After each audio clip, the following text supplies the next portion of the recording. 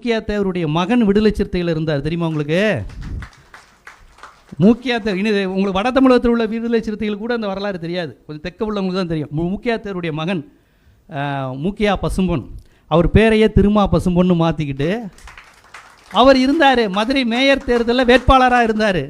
இதெல்லாம் யாருக்கு, விடுதலை சிறுத்தைகளை பற்றி இதெல்லாம் யாருக்கு தெரியும்? விடுதலை சிறுத்தைகள் எஸ்சி கட்சி, அவங்களுக்கும் பாமகவுக்கும் ஆகாது, வன்னியர்களுக்கும் அவங்களுக்கும் ஆகாது, ஆகக்கூடாது. எவ்வளோ ஆசை. அவர் எல்லா தளங்களிலும் தமிழராக ஒன்றிணைன்னு மட்டும்தான் அவர் போராடிக்கிட்டு இருக்கார். இல்லாட்டி மூக்கியா தேவர் மகன் வந்து அவர் கட்சியில் சேருவாரா? அது நடந்தது.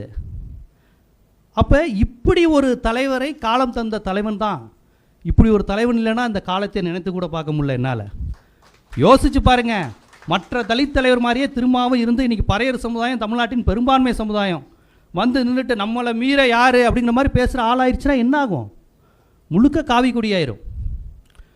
தொட்டுப்பார், நீங்கள் மட்டும் தான் 12%, நாங்களும் 12%ன்னு பேசாமல். அவர் என்னைக்காவது பெரும்பான்மைவாதம் பேசியிருக்காரா திருமாவளவன்? ஆனால் அவர் பெரும்பான்மை சாதியை தான் கூட்டமாக வச்சுருக்காரு. அவர் நினச்சிருந்தா அந்த பெரும்பான்மை சாதிவாதத்தை பேசலாம்ல. வன்னியர்களும் பறையர்கள் 2 பேருமே பெரும்பான்மை சமூகம். ஆனால் அவர் ஒரு முறையும் பெரும்பான்மைவாதத்தை பேசுகிறதே இல்லையே. தமிழ்நாடு முழுவதும் இருக்கிறாங்களே, அவர் அந்த மாதிரி பேசலையே. இப்போ மற்ற தலித் அமைப்புகளே திருமாவளவன்ட்டு அதை தான் சொல்கிறாங்க. பறையர் அரசியல் பேசியா நீ என்னைக்கியா தமிழருங்கிற, எந்த தமிழையும் அவனை ஏற்றுக்க போகிறான்? ஈழ அரசியல் பேசுகிற, எல்லாம் சாதியவாதி இல்லையா?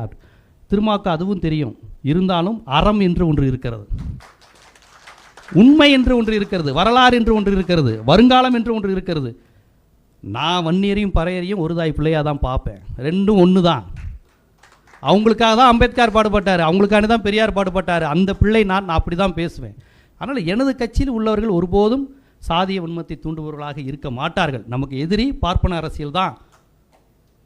அவன் கொஞ்சம் தள்ளி தான் இருக்கிறான், நமக்கு பக்கத்தில் உள்ளவன் தான் டக்குன்னு ஈஸியாக போடுவான்.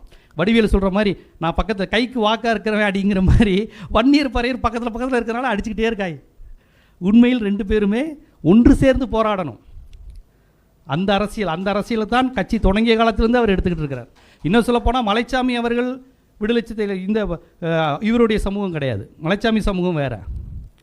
அப்போ இந்த விடுதலை சிறுத்தைகளுடைய தொடக்கத்தில் இருந்தே இது ஒரு சுயசாதி மறுப்பு இயக்கமாகவும், தமிழர் இயக்கமாகவும், சமூக நீதி இயக்கமாகவும், இந்திய எதிர்ப்பு போராட்டம், திராவிட இயக்க சிந்தனை கொண்ட அமைப்பாகத்தான் விடுதலை சிறுத்தைகள் இருக்கிறது.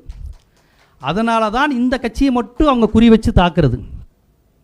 மற்ற கட்சியெல்லாம் நாங்கள் வந்து ஆண்ட பரம்பரைன்னு சொல்லிடுறாங்களே, இவர் ஒருத்தர் தானே ஆண்ட பரம்பரைன்னு சொல்ல மாட்டேங்கிறாரு.